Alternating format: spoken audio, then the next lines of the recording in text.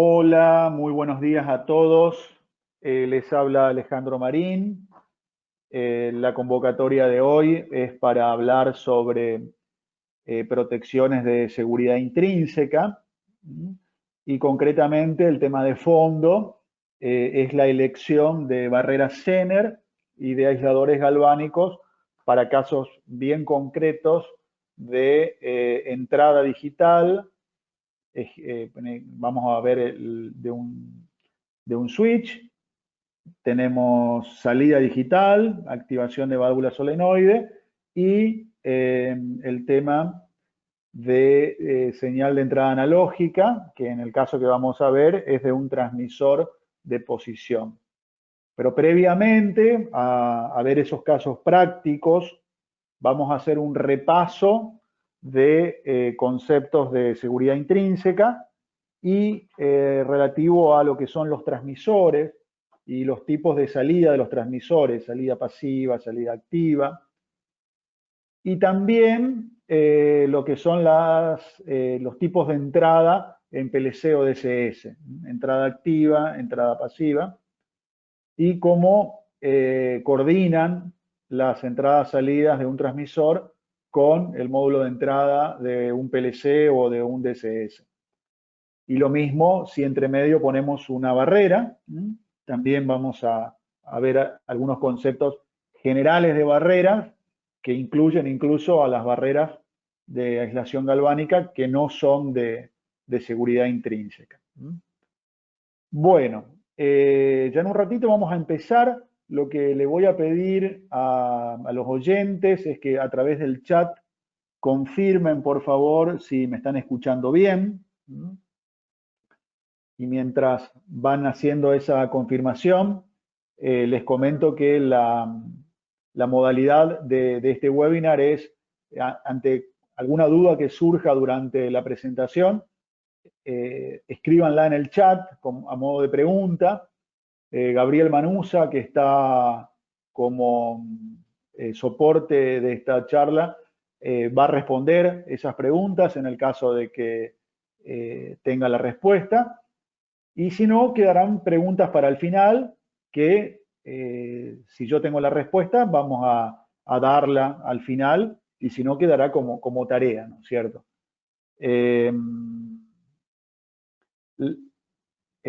En los próximos días les va a llegar un correo donde van a tener el link del sitio de YouTube de CPI, a donde se va a subir esta presentación y donde también están subidas todas las presentaciones que ya se han hecho de Stahl y de otros productos también de la compañía. Aprovecho también a invitarlos que el próximo 16 de junio a las 11 vamos a hacer un webinar acerca de lo que es la interpretación del marcaje. Cuando uno adquiere un producto para áreas clasificadas, viene con un marcaje de acuerdo a las normas ATEX o a las normas IS, que da muchísima información sobre el producto y dónde se puede instalar. La idea es que podamos tener una aproximación bastante profunda a la interpretación de ese marcaje. Bueno, Gabriel, si vos me das el OK, puedo empezar cuando quieras. Hola, ¿qué tal? Buenos días a todos. Sí, Alejandro, tenés el OK, podemos ir iniciando. Me gustaría solamente hacer un pequeño comentario. La plataforma hace unos días atrás, la de GoToWebinar, ha tenido unos inconvenientes técnicos, por lo cual le pido que si en algún momento de la charla ustedes pierden el audio o no se escucha correctamente, salgan de la misma y vuelvan otra vez a ingresar, que en la mayoría de los casos se soluciona este inconveniente, y si no, me pueden escribir a través, digamos, a mí o a César Rubini, que fue la persona que los invitó, que están teniendo un inconveniente, y vemos cómo hacemos una vinculación para que vuelvan a ingresar. Bueno, Alejandro, todo tuyo, saludos a todos y bueno, estoy a la espera de sus consultas. Bueno, perfecto. Vamos a empezar entonces preguntándonos qué es un transmisor en el ámbito de la instrumentación. Bueno, un transmisor es un equipo que capta variables de proceso. Entendemos como variables de proceso variables de temperatura, de presión, de caudal. Y el equipo las acondiciona para transferirlas a un controlador, que puede ser un PLC, puede ser un DSS. Una señal que se utiliza mucho para transferir información analógica desde un transmisor a un controlador es la señal de 420 mA o de 0,20 mA. Es una señal muy utilizada en la industria. La idea de que sean 420 mA es que si hay un corte del lazo, se reciben 0 mA y entonces el equipo receptor está en condiciones de darse cuenta de que el lazo se ha cortado. Dentro de los transmisores tenemos los transmisores de 2 hilos, 4 hilos y de 3 hilos. Los transmisores de 4 hilos son aquellos donde el equipo, el transmisor que está en campo, necesita una alimentación de normalmente 24 volts para excitar a toda su electrónica. Y entrega una señal 420 mA a través de un par de cables que van hasta el instrumento. Estos transmisores de 4 hilos también se llaman transmisores activos o SURS y se dice que hay una salida activa. ¿Cómo uno puede detectar una salida activa? En el caso en que aquí donde yo estoy moviendo el mouse, cortáramos los cables y me conectara con un miliamperímetro, se leería una señal de entre 4 y 20 mA. Se leerían 4, 12, 15, 18, 20 mA según la señal que esté transmitiendo el transmisor. Entonces, concepto, transmisores de 4 hilos, salida activa. Luego tenemos los transmisores de 2 hilos. Los transmisores de 2 hilos son aquellos en los cuales, si uno los mira visualmente, solamente salen normalmente 2 cables, que es a donde se va a obtener la señal, pero también a través de la cual se va a alimentar al equipo. En un transmisor de 2 hilos, sí o sí, necesito que desde el controlador o desde el PLC exista una fuente para entregar energía al transmisor. Si yo hago el mismo ejercicio que hice hoy, corto los cables y con los cables que vienen del transmisor conecto un miliamperímetro, obviamente no voy a tener una corriente, porque el lazo entrega corriente solamente si se encuentra vinculado a la fuente de excitación que está del lado del controlador. Entonces, así como antes dijimos que los transmisores de 4 hilos tenían una salida activa, los transmisores de 2 hilos tienen una salida pasiva. Y la fuente, mejor dicho, el módulo de entrada, tiene que contar con una fuente. Cuando los módulos de entrada cuentan con una fuente, se llaman módulos de entrada activa. Entonces, salida pasiva del lado transmisor, necesitamos una entrada activa del lado controlador. Lo mismo sucedía en el caso anterior. A una salida activa del controlador, del transmisor, teníamos una entrada pasiva del lado controlador. Muy bien. Acá vamos a ver 4 imágenes que resumen lo que yo les estaba contando. Normalmente, del lado controlador o PLC o DSS, la señal 420 mA es convertida a una señal de 1 a 5 volts, a una señal de tensión analógica que es procesada por el controlador. Vemos el primer ejemplo de arriba, el transmisor 2 hilos, donde tenemos una entrada activa porque tenemos la presencia de una fuente en el módulo de entrada. En el transmisor de 4 hilos, donde tenemos una salida activa, tenemos una entrada pasiva, simplemente una resistencia de 250 ohm que convierte la señal de 420 mA a una señal de 1,5 volts. En el caso de los transmisores de 3 hilos, que se llaman así porque si uno los ve externamente, tienen 3 cables de salida o 3 pines activos en un conector, vamos a ver que cuando necesita una alimentación en campo, ese transmisor de 3 hilos va a tener una salida activa. Y si la alimentación se la otorgamos desde el módulo de entrada del controlador, la salida va a ser pasiva.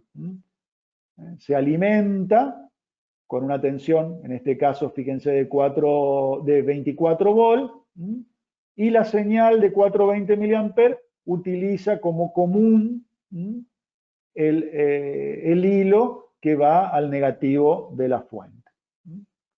Muy bien, entonces aquí quedan, digamos, bien especificados los tipos de transmisores, sus salidas y la coordinación que se necesita en la entrada. Salida pasiva, entrada activa. Salida activa, entrada pasiva. Y lo mismo para los transmisores de 3 hilos según donde esté ubicada la fuente, si en campo o en el módulo de entrada. Muy bien. Un tema muy recurrente en todo lo que es la industria es que a través de los cables de señal de 420 mA se introduzca ruido eléctrico. El ruido eléctrico, en el dibujo, en la parte izquierda del gráfico que estamos viendo, vemos que circula a través de los cables de señal, cerrando el loop a través de la conexión de tierra o a través de la tierra propiamente dicho. Entonces, una solución que enseguida se nos va a ocurrir para decir, bueno, no quiero que circulen corrientes parásitas que me generan ruido eléctrico, voy a ver alguna manera de cortar el loop y de aislar entre una entrada y una salida que me impida que pase el ruido eléctrico, pero sí transferir solamente la señal del transmisor. Eso se logra a través de un aislador galvánico. El aislador galvánico me va a aislar la señal ruidosa hacia un solo lado del lazo. Entonces, a modo de concepto, en general, un aislador galvánico, sin entrar a discriminar si se trata de un problema para áreas clasificadas o para uso general, el aislador galvánico tiene una función muy importante en lo que es la disminución del ruido eléctrico. O sea, siempre poner un aislador galvánico va a otorgar una calidad de señal superior a que si no ponemos ningún aislador galvánico. Obviamente que la incorporación de un aislador galvánico representa un mayor gasto en la instalación y también mayor tendido de cables, mayor espacio en tablero, etc. Pero la finalidad es reducir el ruido eléctrico. Muy bien.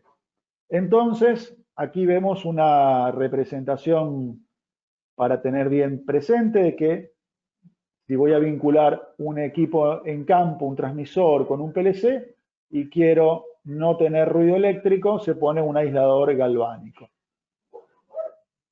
Muy bien. Los aisladores galvánicos pueden ser de tres tipos.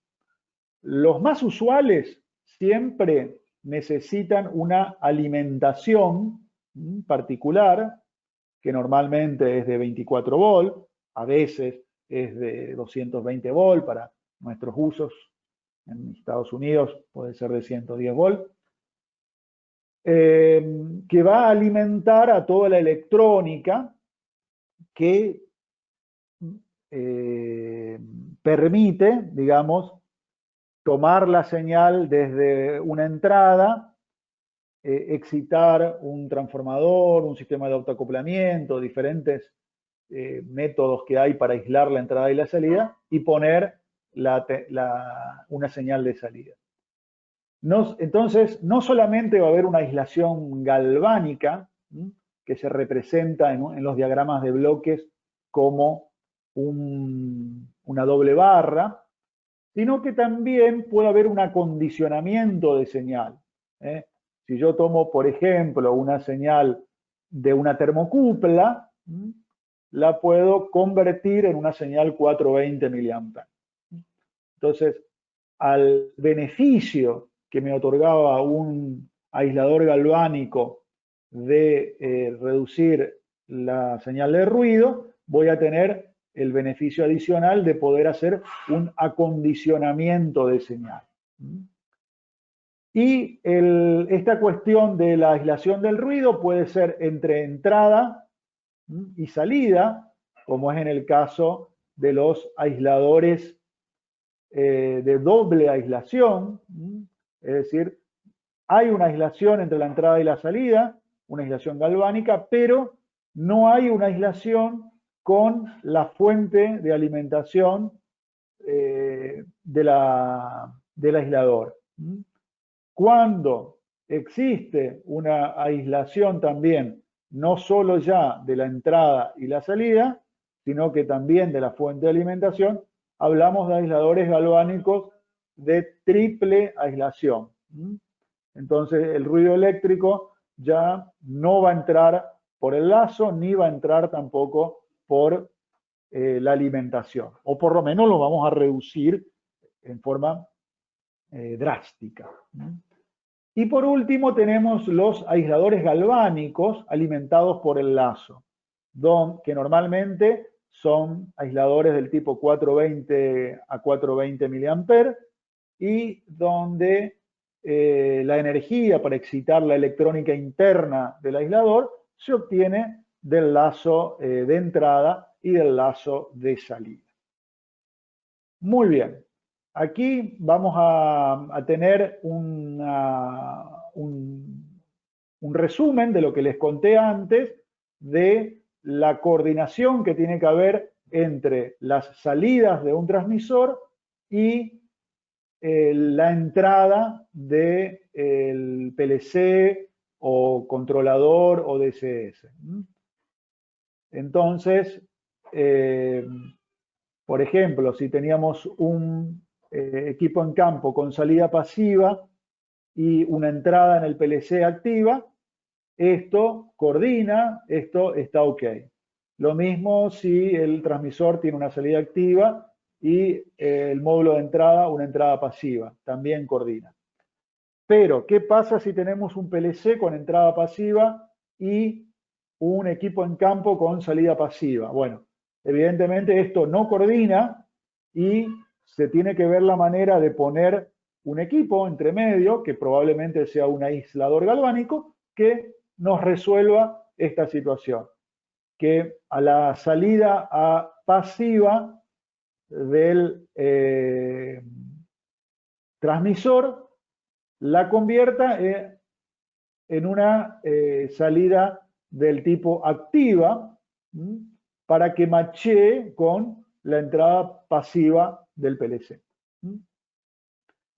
Si en vez de tener un transmisor en campo tenemos un actuador, es decir, un equipo que recibe una señal 420 mA para realizar una acción, ese equipo en campo puede ser, por ejemplo, un calentador, puede ser también el actuador de una válvula proporcional.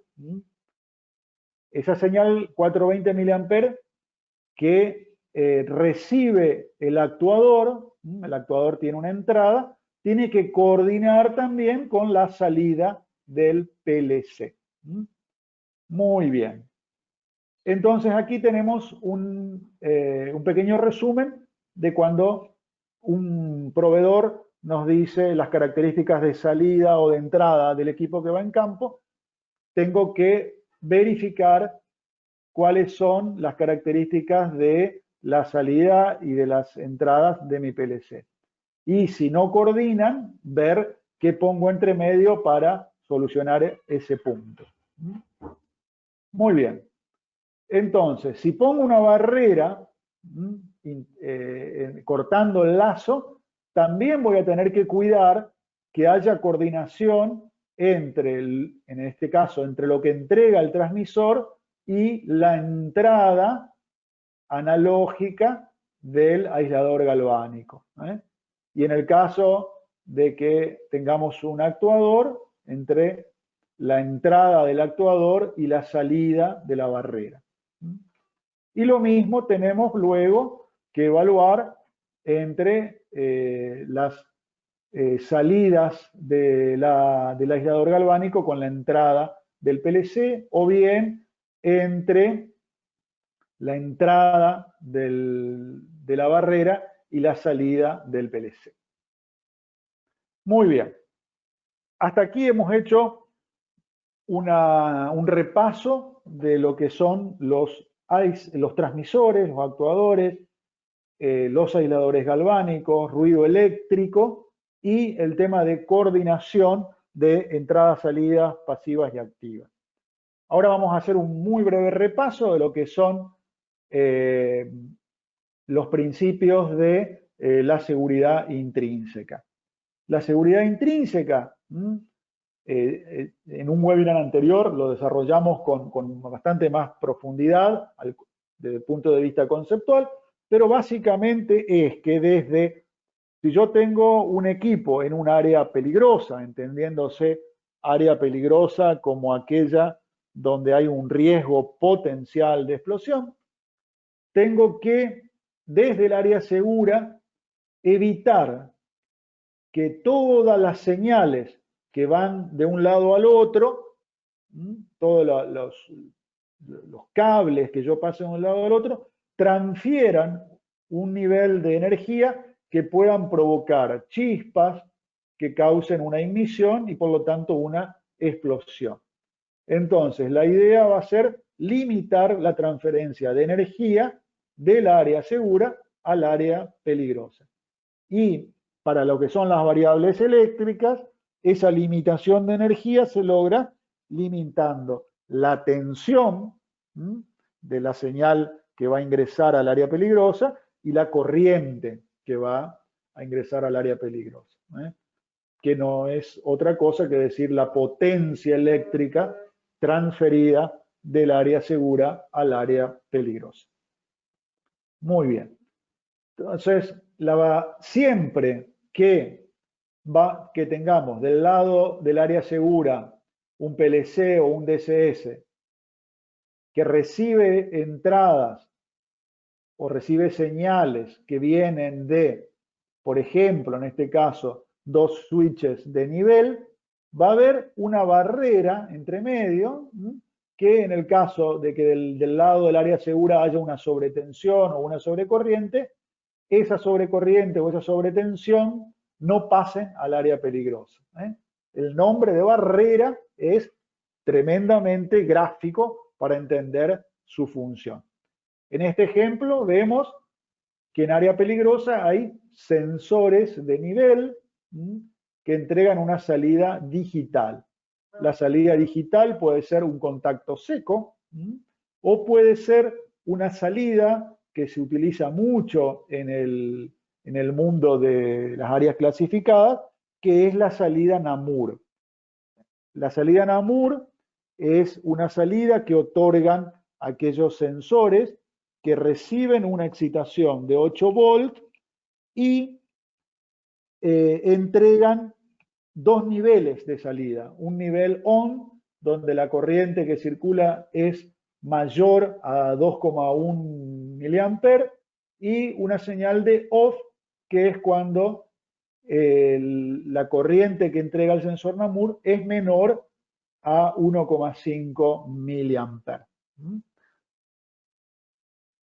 Ahora seguidamente vemos otro ejemplo, también de señales digitales, pero a diferencia de la anterior, ahora desde el área segura no se están recibiendo señales digitales, sino que se están entregando señales digitales para excitar una válvula solenoide que abre y cierra el paso de un fluido en una cañería, o bien la excitación de una bocina o de una baliza de aviso ante algún peligro, por ejemplo. En estos casos, una de las cosas que va a haber que verificar siempre, y lo vamos a hacer en un ejercicio, es que la corriente que la barrera permite pasar al área peligrosa sea lo suficientemente baja para no provocar ningún tipo de explosión, en el caso de que en el área peligrosa aparezca gases o polvos en suspensión, sino que sean lo suficientemente grandes para excitar a la bobina y abrir la válvula en el caso de la válvula solenoide. Entonces, tenemos que, por un lado, lograr que no sean más altas que ciertos valores, que ya vamos a ver cuáles son, y por otro lado, tienen que ser más altas de los valores mínimos de excitación de la bobina, tanto de la bocina como de la válvula solenoide. Acá vemos otro ejemplo donde se está tomando una señal de termocupla. Esa señal de termocupla es convertida con un acondicionador de señal apto para instalarse en el área peligrosa, que convierte la señal de termocupla en una señal 420 mA. Y fíjense que acá aparece otro concepto que es 420 mA HART. HART es una señal digital, ya lo vamos a ver un poquito después, que va montada sobre la señal de 420 mA y permite desde el sistema de supervisión o del sistema de control realizar un monitoreo del equipo en campo y eventualmente incluso de hacer cambios en la parametrización. En este caso, en la parametrización del acondicionador de señal que está en el cabezal de la termocupla. Acá vemos otro ejemplo donde en vez de una termocupla ahora tenemos una PT100 y la barrera de seguridad, aparte de cumplir con el tema de impedir el paso de una energía alta hacia el área peligrosa, incorpora también el acondicionamiento de señal, porque le llega una señal de PT100 y del otro lado entrega una señal de 420 mA. Y por último, en cuanto a los ejemplos, vemos el caso de una válvula proporcional que recibe una señal de 420 mA más HART también para modular la posición de una válvula. Válvula mariposa, globo, hay todo un mundo en el tema de las válvulas. Muy bien. Ya esto lo vimos en una presentación anterior con bastante detalle, pero está bueno repasar. La barrera Zener consta de uno o más Zener, de ahí viene su nombre, que son los que limitan la tensión que va a pasar del área segura al área peligrosa. Y cuentan también con una resistencia que va a limitar la corriente que pasa del área segura al área peligrosa. En el caso de que los valores de tensión tiendan a ser lo suficientemente grandes como para dañar los Zener y que la corriente que van a circular a través de ellos los pueda dañar, automáticamente hay un fusible que se va a cortar. De tal manera que la barrera va a dejar de cumplir su función de transferir señal del área segura al área peligrosa o viceversa, pero no, aún en esa situación de falla, donde se cortó el fusible, nos va a impedir que la energía la energía que entre al área peligrosa sea nula. No va a pasar nada porque el problema quedó confinado en el lado seguro, aún a costa de que se queme un fusible. Un fusible que, por cierto, en la mayoría de los casos es reparable, y en el caso de Stahl en particular, ese fusible se puede reemplazar en forma muy fácil, sin necesidad incluso de abrir el equipo, porque es accesible desde el exterior la fusilera. ¿Cuándo se instalan barreras Zener? Las barreras Zener son el método más antiguo y más económico también de protección en las áreas clasificadas. Tenemos que tener una instalación de tierra muy buena. Ya lo vimos en el webinar anterior. Lo recomendable es tener una tierra para las barreras Zener que sea independiente de la tierra del resto de la instalación, y que la conexión a la jabalina principal sea de una resistencia del orden del ohm, o muy baja. Y otra cosa que se recomienda con las barreras Zener es que la aislación de los equipos en campo respecto a tierra sea de por lo menos 500 volts. Esto se da particularmente, esta recomendación, como, digamos, casi un mandato para lo que son señales de muy bajo nivel de tensión. Por ejemplo, una termocupla, sí o sí hay que trabajar con termocuplas aisladas si voy a usar barreras Zener, porque si no el ruido eléctrico que se mete en la termocupla genera problemas. Muy bien. Esta presentación que estoy mostrando va a estar próximamente subida a YouTube. Ustedes la van a ver con detenimiento si después quieren repasarla.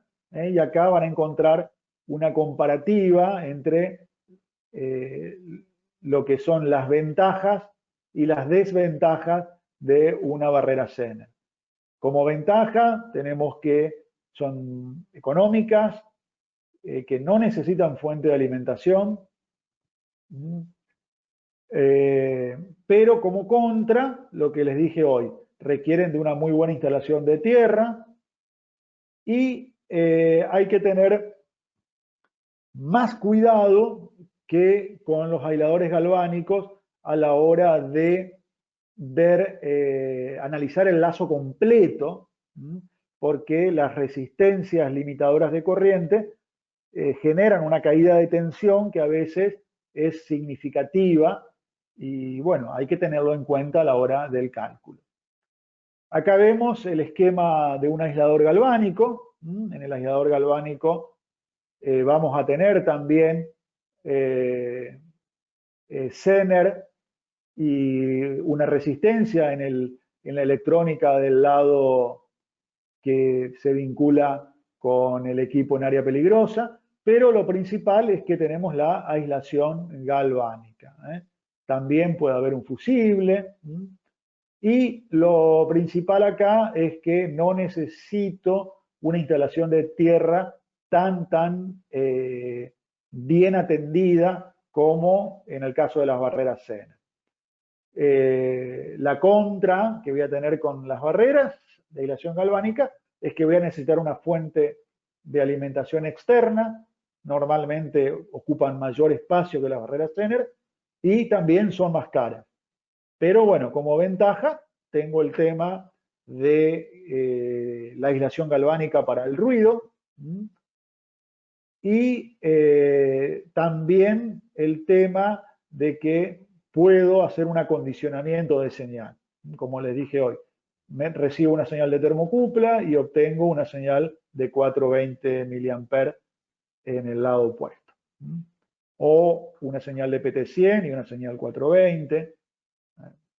Diferentes, una señal en frecuencia, por ejemplo, un tren de pulsos, y una señal 420 que me hace un acondicionamiento de la frecuencia de entrada con respecto a la salida. Bueno, y acá tenemos una comparativa que también luego la pueden ver con detenimiento. Bueno, ya vamos a ir pasando al tema que hoy nos ocupa, no sin antes recordar que cuando hablamos de barreras de seguridad intrínseca, ya sean barreras Zener o barreras de aislación galvánica, desde el punto de vista técnico, se le va a llamar aparato asociado a esa electrónica. Y al equipo que se instala en campo se le va a llamar aparato intrínsecamente seguro. ¿Qué quiere decir eso? Que yo en campo no puedo poner cualquier equipo, aún yo poniendo una barrera. Ese aparato que yo instale en campo tiene que contar con una certificación de un ente autorizado que me diga que es apto para instalarse en zona 0, zona 1, zona 2. Y a su vez, la barrera de seguridad intrínseca probablemente no sea un equipo apto para seguridad intrínseca. Es decir, por ahí es un equipo que lo tenemos que instalar o en zona segura, normalmente se instala en zona segura la barrera de seguridad, y en el mejor de los casos se puede instalar en zona 2.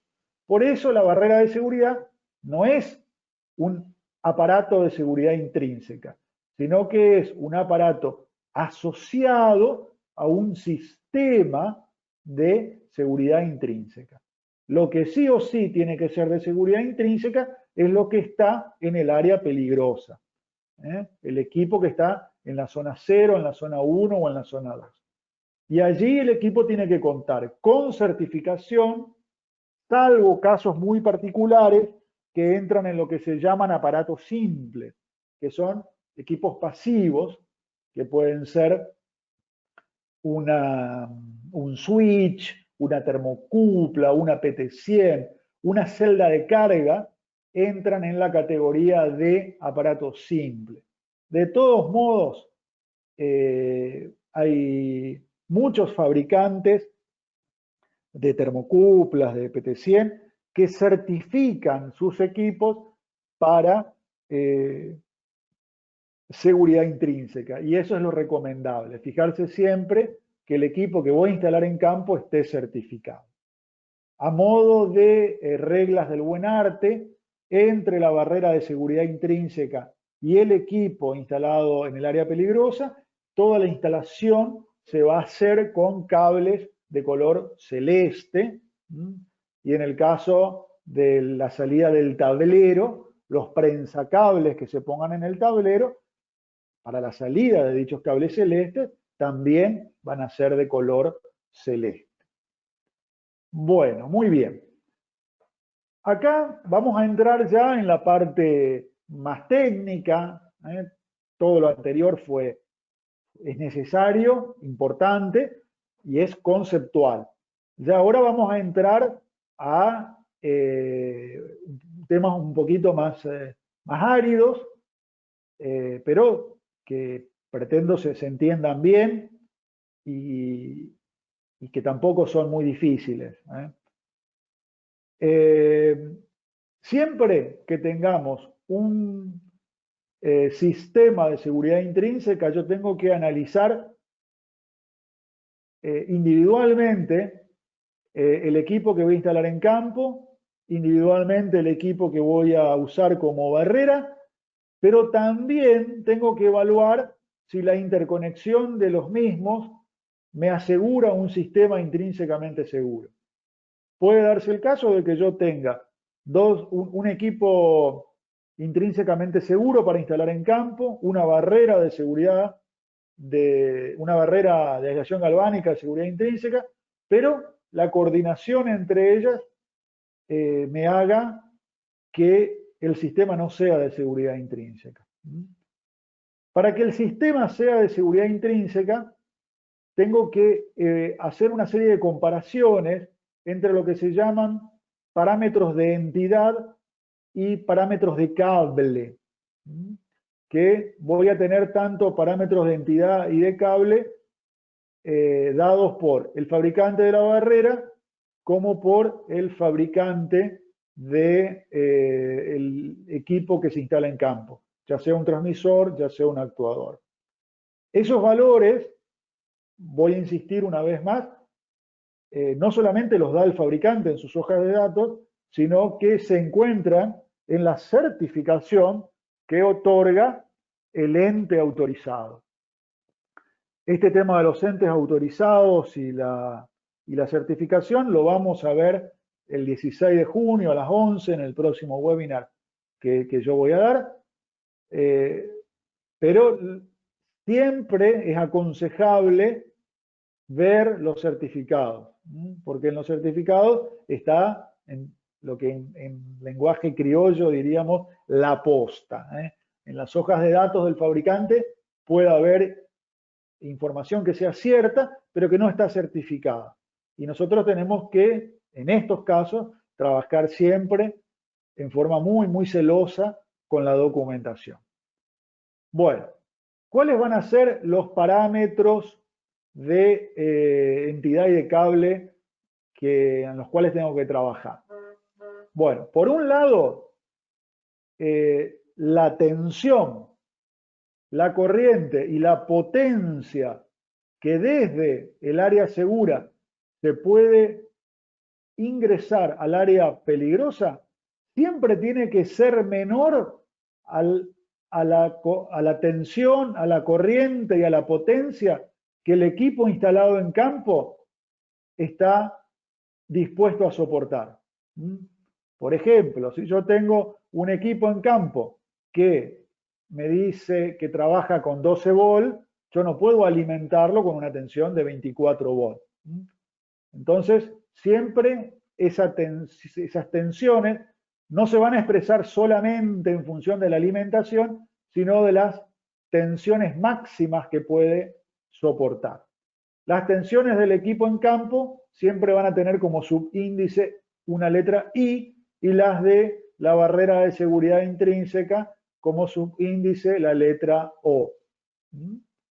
Y por otro lado, otra de las cuestiones que tenemos que verificar es que los acumuladores de energía que se encuentran en el área peligrosa, que son los condensadores y las bobinas, tengan un valor menor al que indica la certificación de la barrera de aislación galvánica. Ahora, tengan en cuenta que el equipo de seguridad intrínseca que se instale en campo, es muy probable que su inductancia y su capacitancia sean incluso despreciables, pero atenti con la inductancia y más aún con la capacitancia que se va a obtener por el tendido de los hilos que caminan desde la barrera de aislación galvánica a el equipo de seguridad intrínseca. ¿Qué es U sub 0, I sub 0 y P sub 0? Bueno, U sub 0 es la tensión que otorga la barrera con el circuito de salida abierto. I sub 0 es la corriente que entrega con la salida en corto. Y P sub 0 es la potencia máxima que puede entregar la barrera en su salida. Normalmente, los fabricantes de cable otorgan un criterio para cuál es la capacidad por metro del cable. Si no la otorga, es lícito tomar como criterio calcular 200 picofaradios por metro de cable y una inductancia de 0,7 microhenry por metro de cable. Una distancia a tener presente para empezar a evaluar que pueda haber problemas es la distancia de 300 metros de cables, que serían 1000 pies en medidas británicas. A los 300 metros de cable vamos a tener una capacitancia que otorga el cable de 60 nanofaradios y una inductancia del orden de los 200 microhenry. Hay barreras que soportan una capacitancia de 80 nanofaradios. Entonces vemos que, caramba, de 60 a 80 tengo apenas 20 nanofaradios de diferencia. Entonces, a partir de acá ya vamos viendo de que en algunas instalaciones la distancia de 300 metros entre barrera de aislación galvánica o barrera Zener y equipo de seguridad intrínseca es una distancia que tengo que verificar que cumplan los parámetros de entidad y los parámetros de cable.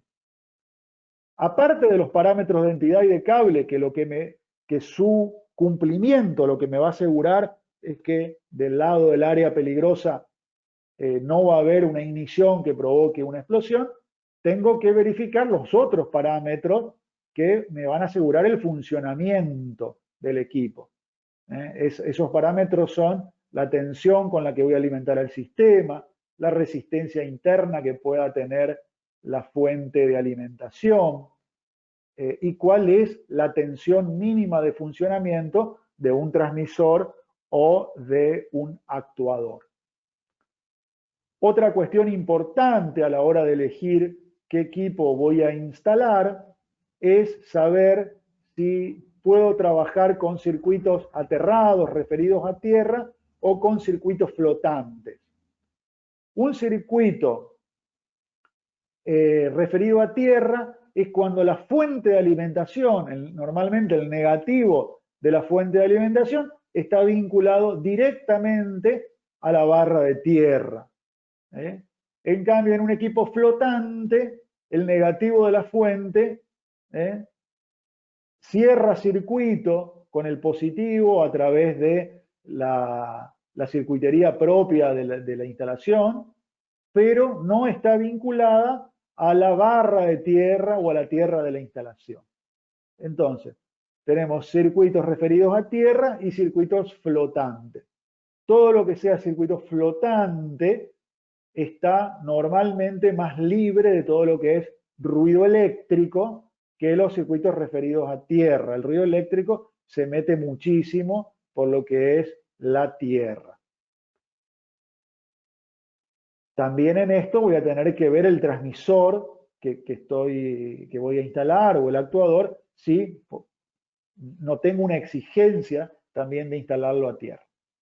Entonces tengo que coordinar las necesidades de seguridad propiamente de la seguridad intrínseca con el funcionamiento de la instalación, del conjunto de equipos que voy a instalar.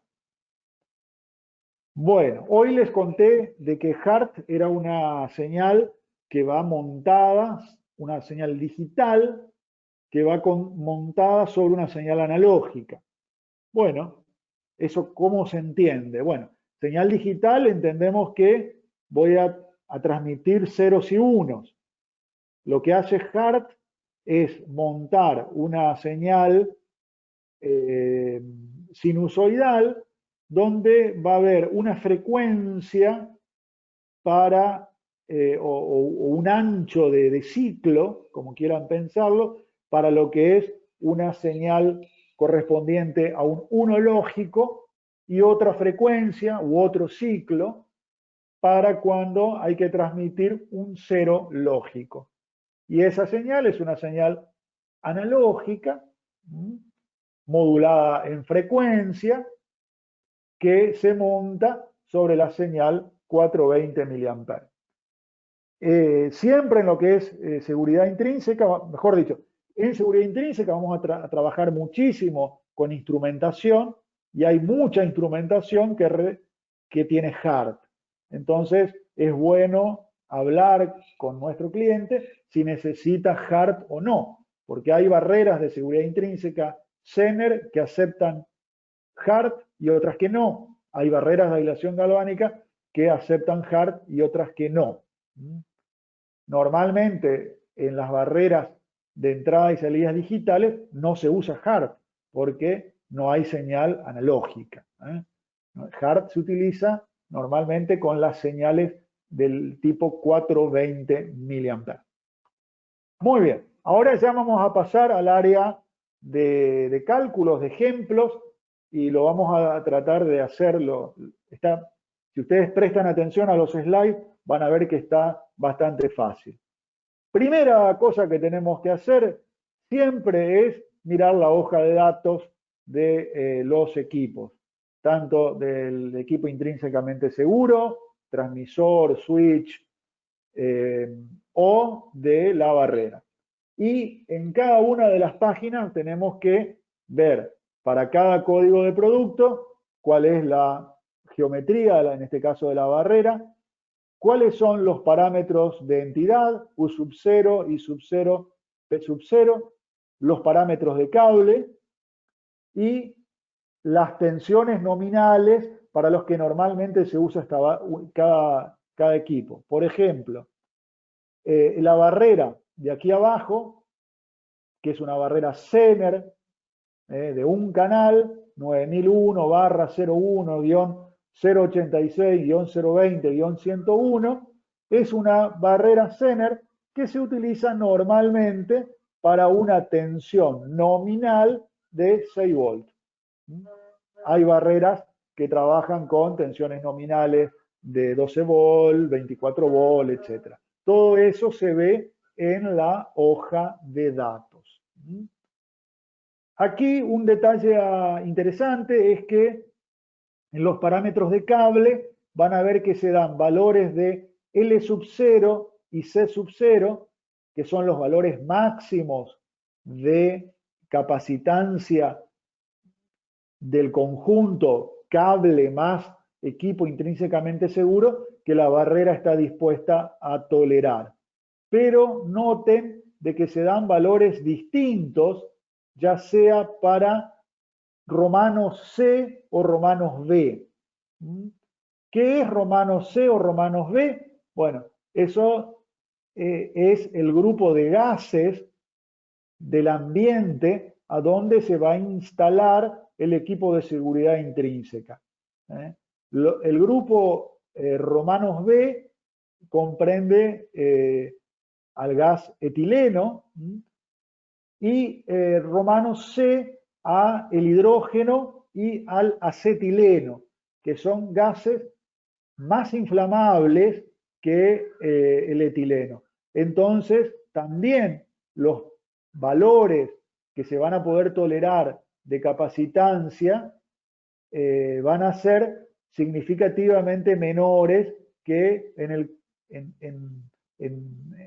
el caso de 2C que en el caso de 2B. Muy bien.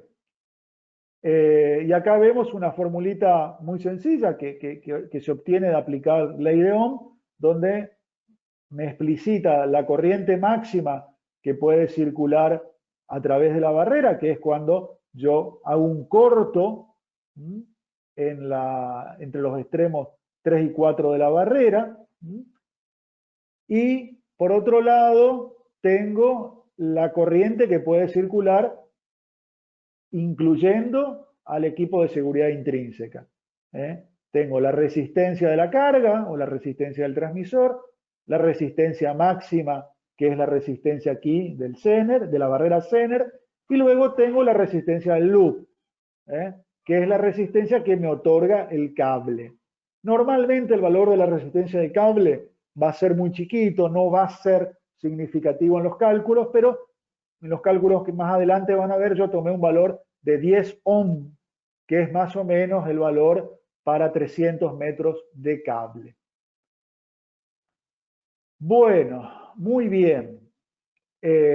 Acá vemos la información de los parámetros de entidad y parámetros de cable, que también los vamos a encontrar como safety data en las hojas de datos, para una barrera de aislación galvánica. En la barrera de aislación galvánica vemos también que me va a detallar cuáles son las características de la entrada de la barrera y de la salida. En este caso concreto estamos hablando de una entrada digital que me acepta la colocación de un switch o de un sensor NAMUR. Y acá está lo que les contaba hoy. En esta barrera concretamente tiene una tensión de salida de 8,2 volt y el nivel de ohm son 2,1 miliamperes o más y el valor de ohm 1,2 miliamperes o menos. Y posteriormente acá tengo las características del relé de salida que tiene esta barrera. Muy bien, vamos ahora a pasar a los casos concretos. Vamos a ver 3 casos. Y a cada uno de los casos vamos a intentar resolverlo con barreras Zener y con barreras de aislación galvánica. Vamos a trabajar en el primer caso de entrada digital con un sensor de nivel. Elegí un sensor de nivel de fabricación nacional de la marca Vigilant, que es un sensor para ambientes explosivos, concretamente para líquidos, es decir, se puede poner en tanques de nafta, tanques de gasoil, tanques de petróleo, y se pueden usar tanto para nivel alto o como para nivel bajo. Para este sensor de seguridad intrínseca, en la hoja de datos y en la certificación, tengo los parámetros de entidad. Bueno, entonces ya elegí el sensor que quiero usar y también evalúo una geometría de instalación, que en este caso con 3 barreras Zener de un canal. Y acá ejemplifiqué la conexión flotante a un módulo de entrada digital de PLC. Noten que las barreras Zener tienen los bornes 4 y 2 conectadas a la tierra de la instalación. Es decir, si hay una sobretensión, el Zener va a ponerse, va a hacer circular corriente, esa corriente va a ir a la tierra. Y fíjense que el PLC está flotante respecto a tierra. Muy bien. Entonces, a través de una barrera Zener, que es esta de acá arriba, yo entrego una tensión que pienso en 24 volt y que va a llegar al módulo de entrada a través de unas barreras que tienen lo que se llama diodos de evaluación. Estas barreras con estos diodos de evaluación lo que hacen es impedir que pase energía desde el área segura al área peligrosa. La probabilidad de que este Zener conduzca es bajísima, o conduce muy poquito, o sea, pero lo podemos pensar que no hay transferencia de energía del área segura al área peligrosa a través de estas 2 barreras que tienen unos diodos de evaluación. Estos son diodos comunes. Si dije diodo Zener me equivoqué. El diodo Zener es el que está aquí. Muy bien, vista esta geometría que formalmente suena bien, tengo ¿qué cosa en el siguiente paso?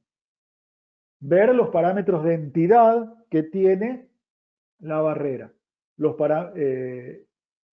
tomo la barrera, veo los parámetros de entidad U sub 0, I sub 0, P sub 0, y me puedo poner en la peor condición, que es el grupo de gases 2C, si el equipo se va a instalar en ese terreno. Yo todos los ejemplos que hice, los hice para el grupo de gases romanos C, que es el más severo. Bueno, anoto los parámetros de entidad y de cable de la barrera. En este caso estoy utilizando dos tipos de barrera, entonces también anoto los de las barreras con diodos de evaluación. Y luego hago una comparación individual de cada barrera, de los parámetros de cada barrera con los parámetros de entidad. Y acá veo que hay unos parámetros de entidad que no machean. Yo tengo que obtener que la corriente y la potencia que entrego máxima sean siempre, garantizar que siempre sean menores a las que el equipo en campo puede recibir. Y a mí, ¿qué me dice el fabricante del sensor? Que la corriente I sub I es de 100 mA y el fabricante de barreras me pone que I sub 0 es 110. Esto no sirve. Tengo que elegir otra barrera. Descarto la que elegí antes y elijo otra que tiene la misma geometría, pero otros parámetros de entidad. Pero siempre es una barrera, note, para una tensión nominal de 24 volts. Ahora las comparo individualmente a las barreras, a los parámetros de entidad y de cable de la barrera con los parámetros de entidad y de cable del equipo. Está todo ok. Pero tengo que hacer una cosita más. Yo tengo que ver siempre a nivel conjunto el tema de los parámetros de entidad cuando se asocian a un solo equipo. Entonces, veo la interconexión. Entonces, cuando tengo equipos de esta naturaleza, que están vinculados entre sí las barreras, tengo que tomar el siguiente criterio. El U sub 0, I sub 0, el U sub 0 de interconexión va a ser tomar la mayor tensión U sub 0 de las barreras.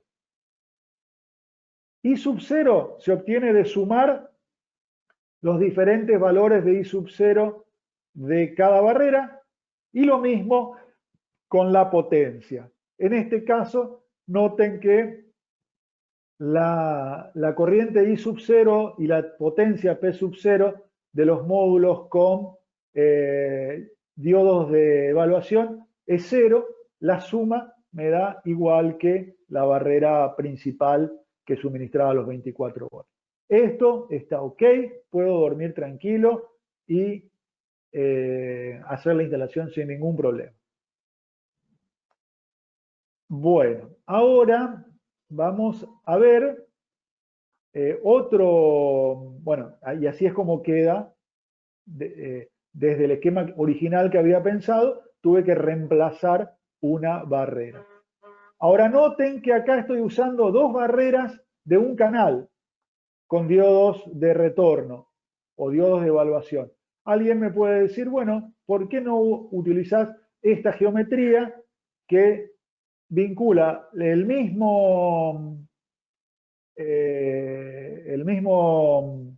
misma barrera Zener de un canal con otra de dos canales que tiene cada una diodos de retorno? Bueno, hecho eso, repito nuevamente todo lo anterior, que es verificar los parámetros de entidad y los parámetros de entidad de toda la interconexión. Verifico que esto es correcto y duermo tranquilo. Otra manera, otra conexión que se puede dar es utilizar barreras de dos canales, donde a través de cada barrera entrego la señal de 24 volts al sensor de nivel y por un diodo de evaluación de esa misma barrera voy al PLC. En este caso basta con ver los parámetros de entidad de cada barrera y de cada equipo en campo. Ya no tengo que ver interconexión porque que no hay más de una barrera y un equipo implicados en cada lazo. Bueno, entonces, hemos resuelto la instalación de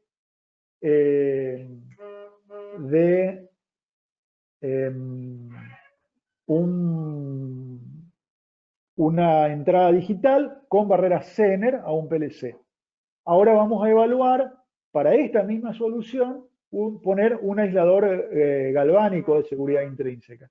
Y como estamos hablando de una solución donde tengo un sensor de nivel alto y un sensor de nivel con salida digital por nivel bajo, lo que propongo es utilizar un aislador galvánico de dos entradas digitales. Concretamente, el 9170/21-11-11, también de la marca Stahl. Aquí está la instalación de cómo quedaría y verifico los parámetros de entidad y de cable y vemos que esto da OK y entonces está todo bien, tranquilos y felices con esta instalación. Bueno, ahora vamos a entrar a un temita, un touch más espinoso, que es la vinculación de un PLC con un actuador digital, una válvula solenoide, una bocina, una sirena, entran en esta categoría. ¿Qué es lo que tenemos acá que tener mucho cuidado? Aparte de verificar los parámetros de entidad, lo que tenemos que hacer es verificar que la corriente que va a excitar la bobina sea mayor a un valor que me da el fabricante. Porque si no, voy a tener algo que desde el punto de vista de la seguridad intrínseca aplica, pero desde la funcionalidad no me sirve. Bueno, para este caso concreto, aquí tenemos unas válvulas solenoide de origen italiano, marca ASCO. De hoja de datos obtengo los parámetros de entidad y también obtengo cuáles son las características de funcionamiento. La hoja de datos me dice que estas barreras, me dice, se alimentan con 24 volt antes de la barrera. Yo ya les dije hoy que las barreras generan una caída, es decir, evidentemente no se va, si yo mido la tensión entre los extremos del solenoide, no voy a tener 24 volts, seguramente voy a tener menos. Pero seguidamente en la hoja de datos me da el dato clave que me dice que la corriente que circula a través de la solenoide para que la válvula actúe es de 30 miliamperes. Ese es el dato fuerte que nos sirve. Y el otro es el valor de la resistencia máxima que va a tener la bobina, que es de 380 ohms. Bueno, acá vemos el primer esquema que se me ocurre para resolverlo, que es poner una barrera Zener igual a la que ya usamos en el ejercicio anterior, donde, bueno, comparo los parámetros de entidad y dan OK. Bueno, ahora tengo que preguntarme si esto funciona, si la corriente que va a circular por la solenoide es mayor a 30 miliamperes. Para eso tengo que ver en los datos de la barrera cuál es la resistencia máxima de la misma para calcular la corriente de la barrera con la formulita que vimos hoy cuando habíamos puesto la hoja de datos, que es básicamente la tensión de alimentación dividido la suma de las resistencias, ley de Ohm, digamos. La resistencia del cable, la resistencia de la barrera y la resistencia de carga. Con la salvedad de que acá tengo que restarle la tensión máxima que cae en el diodo Zener. Perdón, en el diodo, no es un diodo Zener, que es el diodo de evaluación o diodo de retorno que está acá. Entonces, ver qué, ahí está. Haciendo esos cálculos, me dice que la corriente que circula por la bobina es de 32 mA. Formalmente, esto funciona, es mayor a 30 mA. De ahí después interviene el criterio de decir si la diferencia es mucha o poca, un 7%, bueno. Formalmente esto funciona. Pero como a nosotros nos gusta trabajar evaluando alternativas, ver cómo puedo mejorar esto, se me ocurre decir, bueno, voy a ir a un aislador galvánico, no a una barrera.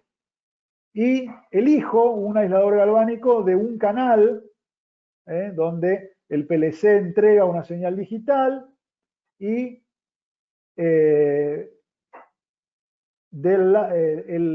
aislador galvánico me entrega una tensión de salida en vacío de 25 volts y una corriente máxima de 35 mA.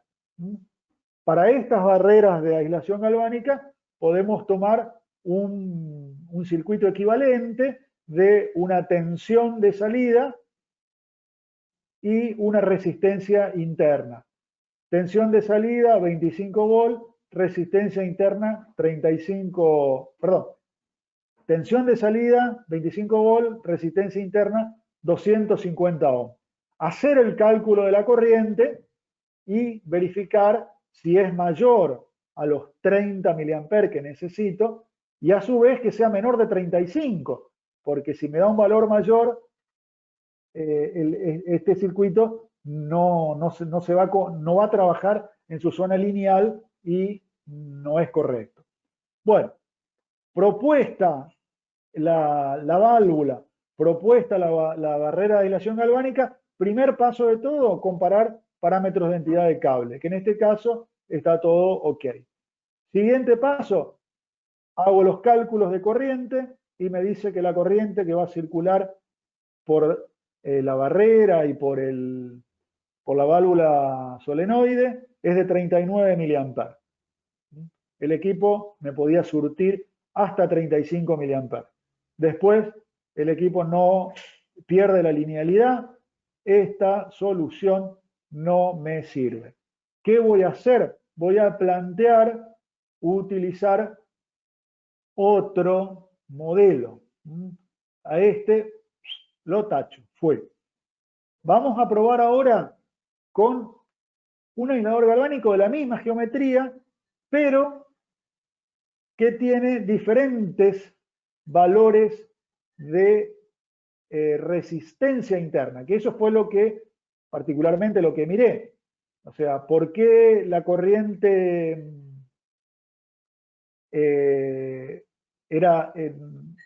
yo tengo que tener que sea mayor a 30?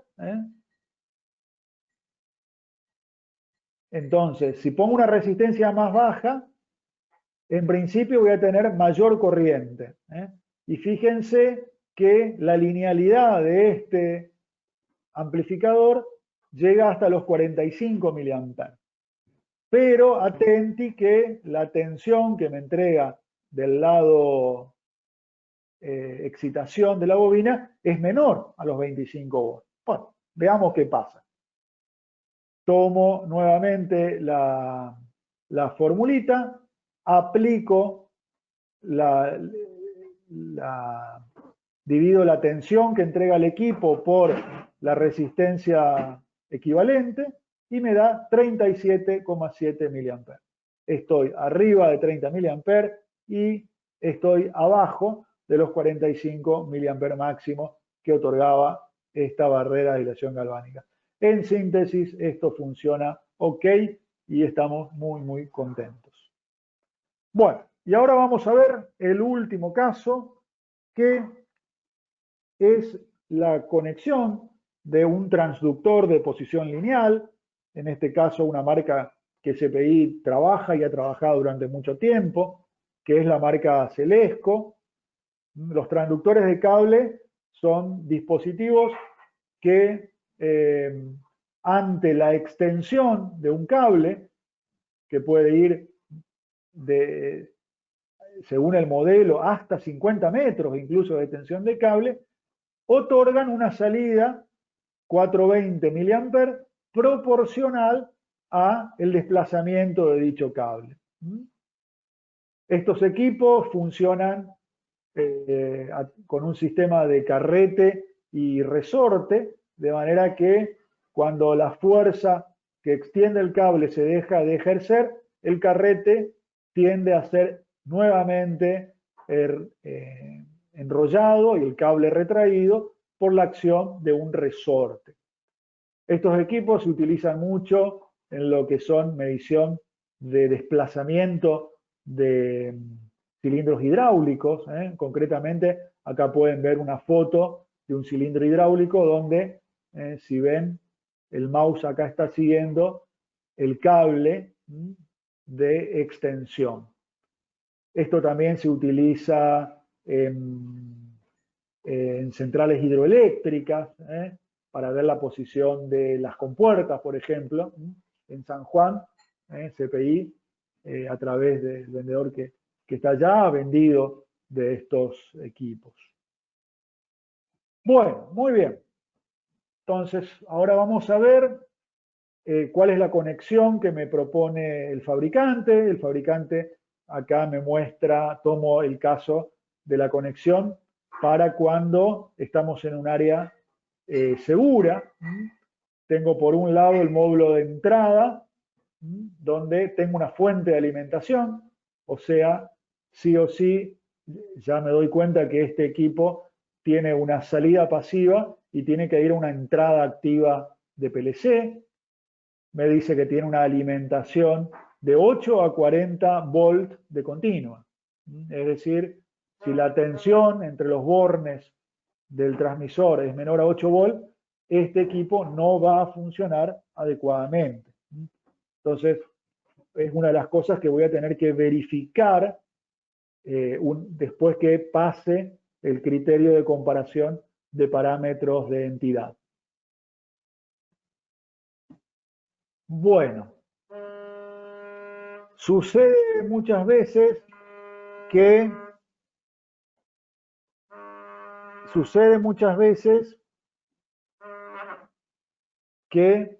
el propio fabricante del instrumento me da una invitación a utilizar una determinada barrera.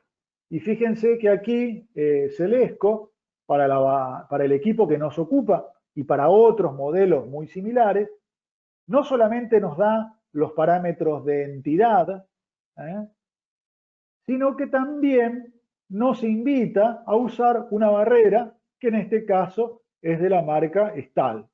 Ahora, como el mundo en el que vivimos es libre y cada uno puede elegir la marca con la que trabaja, también tiene la delicadeza de decir de que una barrera de este tipo o equivalente.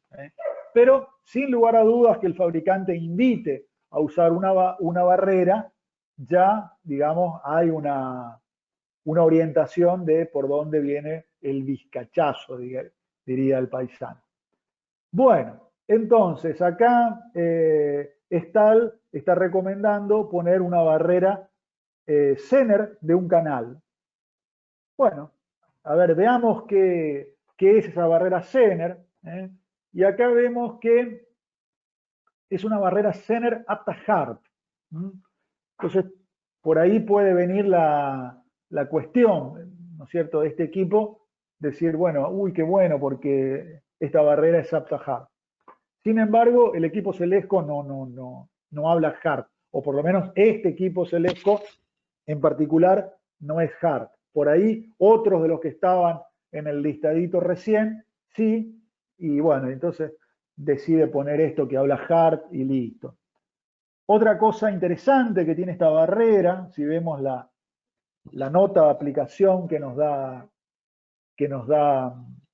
Stahl, es que puede transmitir una señal de 420 mA para una tensión no regulada de 20 a 35 volts y una resistencia de carga de 350 ohms. Y esto la verdad que sorprende un poco para lo que es una barrera Zener clásica. En primer lugar, porque las barreras Zener en general no son apta hard, y esta es apta hard. ¿Y eso a qué se debe? A que esta barrera es una barrera un poco particular. Históricamente las barreras Zener fueron barreras del tipo pasivo. Tenían resistencia, limitadora de corriente, fusible y diodo Zener.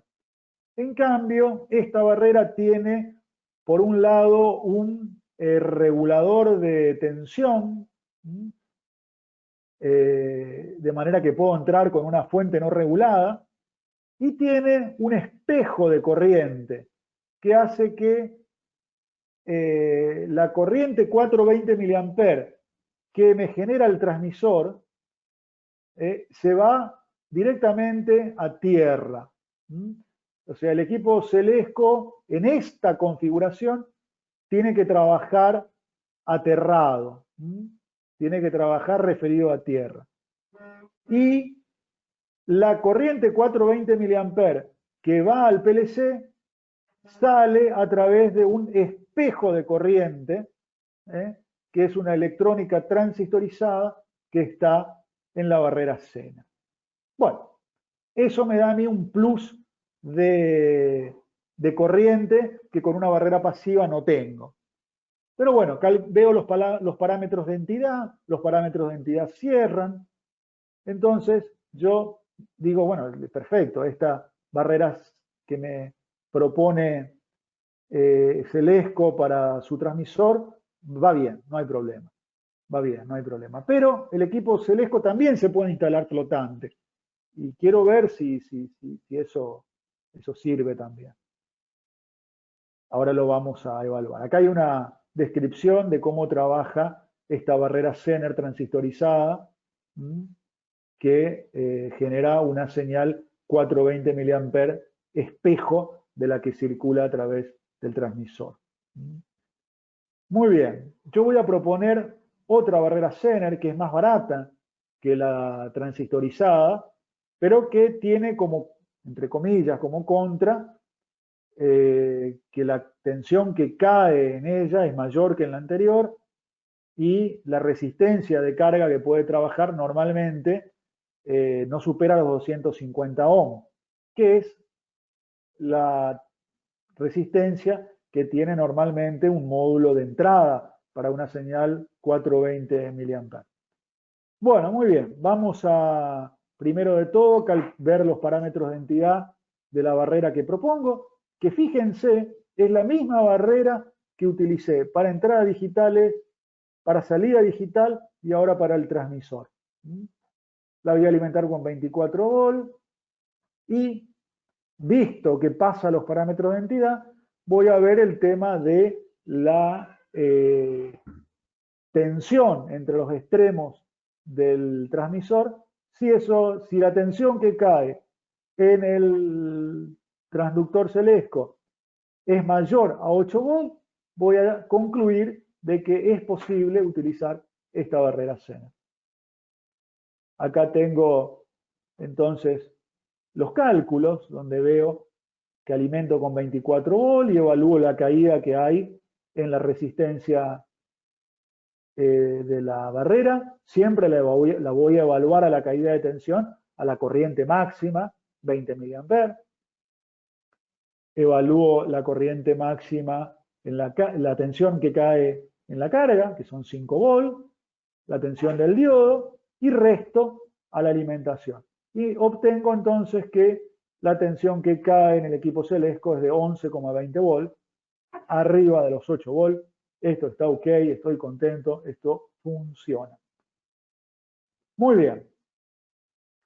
Ya estamos terminando, simplemente lo que quiero es acá hacer un pequeño sumario de los equipos de STAL que tenemos para lo que es aislación galvánica de seguridad intrínseca, en este caso de la familia, del mismo equipo que quiero utilizar para el equipo Celesco. Estoy hablando de una señal 420 mA hice la opción con Zener, ahora podría evaluar la opción de resolverlo con una barrera de aislación galvánica.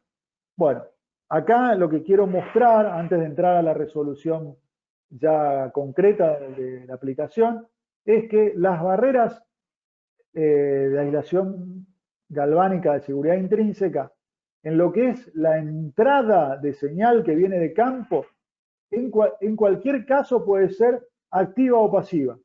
Simplemente va a depender de cómo conecte yo el cableado, pero no tengo que preocuparme mucho. En donde tengo que tener alguna precaución es en el tema de la salida que va a tener la señal hacia el lado PLC, hacia el lado controlador. Porque hay modelos que son exclusivamente con salida activa, que machean con entradas pasivas en el lado PLC, y hay modelos que son exclusivamente de salida pasiva, que van a machear con entradas activas del lado PLC. Y el otro tema a considerar es que estas barreras son aptas hard, pero solamente si las trabajamos para transmisores de 2 y 3 hilos con salida pasiva. Si tengo un transmisor de salida activa, este equipo funciona, pero no es apto hard. En el caso de que necesite hard, más salida activa, más entrada activa, perdón, voy a necesitar ir a otro modelo. Muy bien, y acá vemos cómo es la conexión en el módulo de entrada para salidas activas de un transmisor para un aislador galvánico de un canal y para un aislador galvánico de 2 canales. Noten que la salida activa se conecta entre los bornes 11 y 10. El borne 12 queda libre. En cambio, cuando tengo un equipo del tipo pasivo de 3 hilos, tengo que conectar el borne 12, que es el que va a otorgar la alimentación a el transmisor. Y acá vemos la conexión para el transmisor de 3 hilos en un módulo de un canal y en un aislador de 2 canales. Y acá vemos la conexión de un transmisor de 2 hilos, tanto para un acondicionador de un canal como para un acondicionador de 2 canales. Y fíjense que no se cablea en este caso el pin 11, solamente entre el 12 y el 10. Entonces vemos la conexión de 2 hilos, transmisor con barrera con salida activa. La salida activa se machea con un PLC o controlador de entrada pasiva. Ahora estoy conectando transmisores a una barrera con salida pasiva, entonces la entrada sí o sí tiene que ser activa. Esto lo puse totalmente a propósito para que ustedes vean cómo, en este caso es TAL, pero otros fabricantes utilizan la misma simbología para una entrada. Entrada activa y entrada pasiva.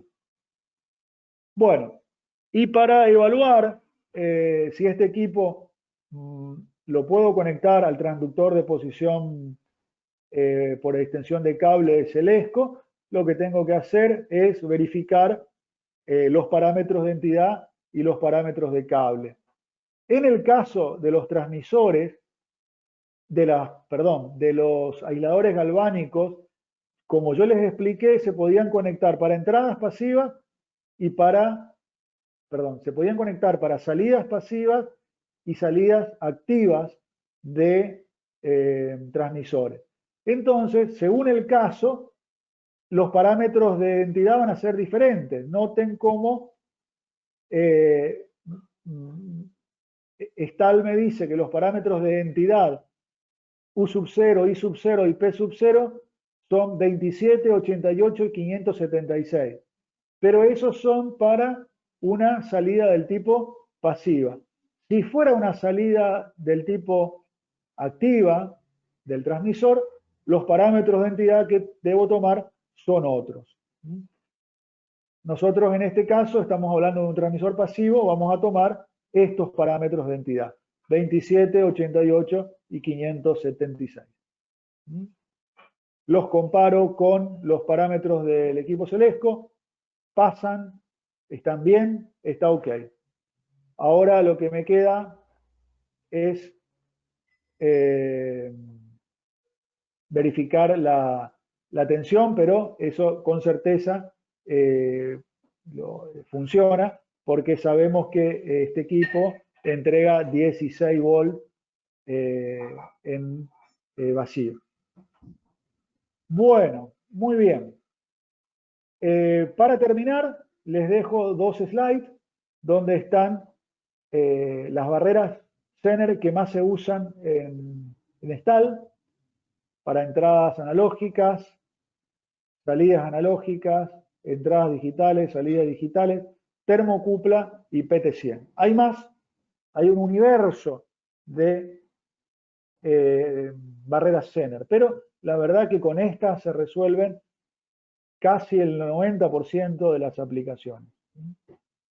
Y lo mismo sucede con las familias que estoy aquí enumerando de aisladores galvánicos para entradas y salidas analógicas, entradas y salidas digitales, para entradas de temperatura, termocupla, PT100, para lo que es sensores de vibración, equipos con salida en frecuencia. Y también vemos el tema del SIL, que es la seguridad funcional.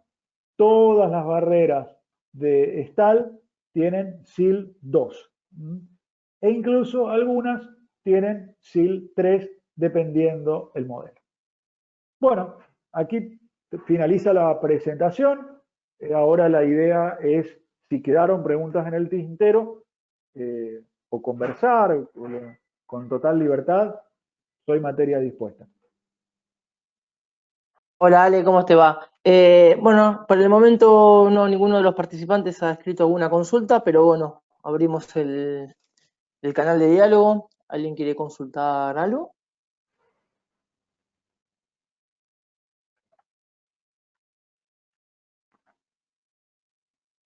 Yo, mientras tanto, aprovecho para agradecer la presencia de todos los escuchas, los escuchantes, como me gusta decir a mí. Y bueno, recordar que estoy a disposición para colaborar en la elección de barreras, de equipos, en este mundo tan lindo de la seguridad intrínseca.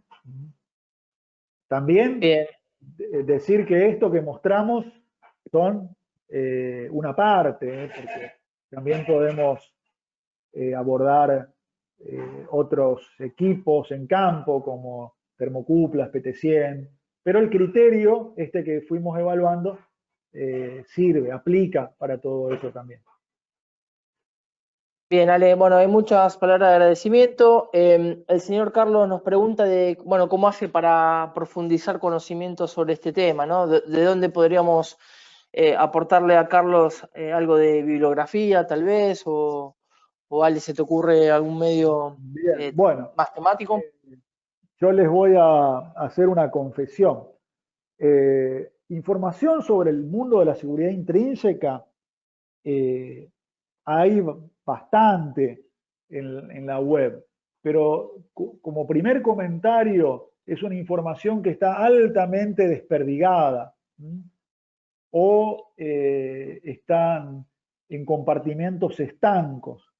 Yo, en ese aspecto, en esta presentación, la idea rectora que tuve fue de traer información de diferentes temas que todos se vinculan entre sí a la hora de la verdad, que es una instalación en campo.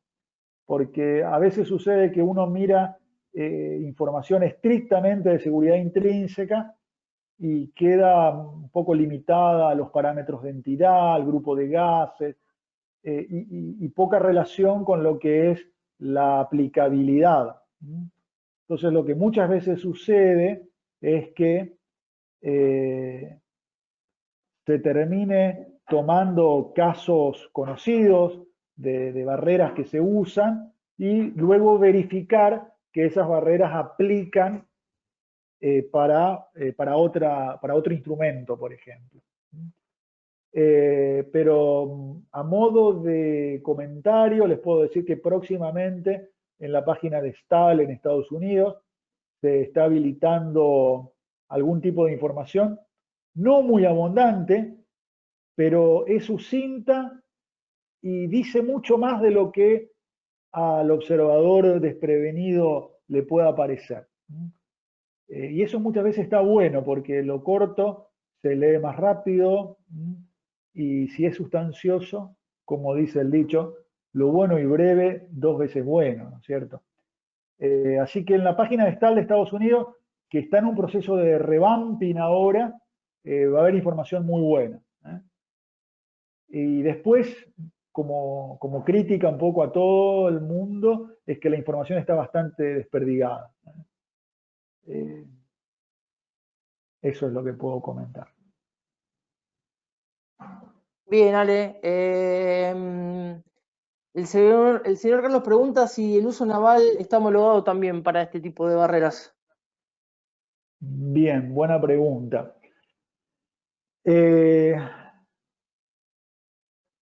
¿Será por un tema de corrosión, Ale? Sí, sí, ¿Qué ahora le pensás? paso a comentar algo con respecto a lo que es STAL. STAL, y si me permiten, voy a ir abriendo algo en la página web, tiene loguitos para cuando uno utiliza equipos, con logos que invitan a pensar en dónde se puede usar. Por ejemplo, barcos, helipuertos, etcétera, etcétera. En el caso de las barreras, no hay una especificación que diga apto para áreas, para barcos o para ambientes marinos. Pero STAL sí tiene envolventes, es decir, cajas de acero inoxidable y cajas de poliéster que no solamente tienen la certificación para área peligrosa, sino que tienen recomendaciones especiales para instalaciones en plataformas petroleras en el mar, por ejemplo. Otra cosa que vale aclarar es que hay mucha vinculación entre los productos de STAL y el mundo marinero, porque hay mucho vínculo con el tema de plataformas. STAL es uno de los líderes mundiales en lo que respecta a provisión de equipos para plataformas petroleras en el mar. Por ejemplo, todo lo que son las bocinas, las balizas, todas certifican para ambiente marino. En el caso de las barreras van a ir dentro de un tablero. Entonces lo que certifica para ambiente marino es el tablero. Y ahí lo que se usa habitualmente son cajas de poliéster. Me hubiera gustado responder más profundamente la pregunta, pero hasta ahí es donde me animo a responder. No, me parece que está bien, Ale. De última, Carlos nos puede contactar, digamos, de manera privada. Van a recibir, digamos, luego de esta finalización del webinar un correo con los contactos, con el contacto de Alejandro y la presentación. Y si hay cuestiones para profundizarla, podemos charlar mediante ese contacto. Ale, bueno, no hay muchas más consultas, así que bueno, damos el cierre, ¿te parece? Bueno, Nuevamente agradecer a todos y bueno, a disposición de ustedes, todo el equipo de STAL, para ver temas sobre seguridad intrínseca o sobre cuestiones relativas a lo que es los productos para áreas clasificadas. STAL tiene una gama muy amplia. Recordar que tenemos pantallas HMI, tenemos balizas, tenemos sirenas, tenemos luminarias, todo lo que son cajas con botoneras, con instrumentos, con selectores, las Junction Box y todas las Control Station. En STAL tenemos la capacidad de acuerdo a la solicitud del cliente, de acuerdo a la necesidad del cliente, fabricar dichas cajas, dichos tableros a medida. Excelente, Ale. Bueno, muchas gracias a todos, gracias por los buenos comentarios y la buena predisposición. Bueno, hasta la próxima.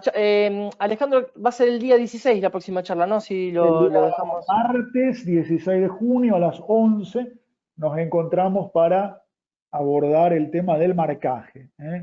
La idea del marcaje es ver en qué ambientes voy a poder usar y no usar ese equipo. O sea, no solamente interpretar, que es lo primero que tenemos que ver, qué significa, y después, bueno, las implicancias prácticas de ese marcaje en la instalación que pretendemos hacer. Bien, excelente.